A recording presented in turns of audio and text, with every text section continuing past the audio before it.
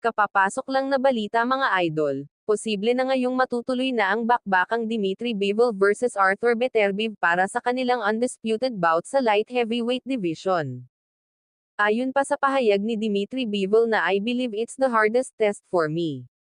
I know Arthur Beterbiev is physically stronger than Canelo Alvarez and he has good techniques too. Alam naman natin na si Arthur Beterbiev ngayon ang pinaka-dangerous puncher na boxer sa boxing ngayon.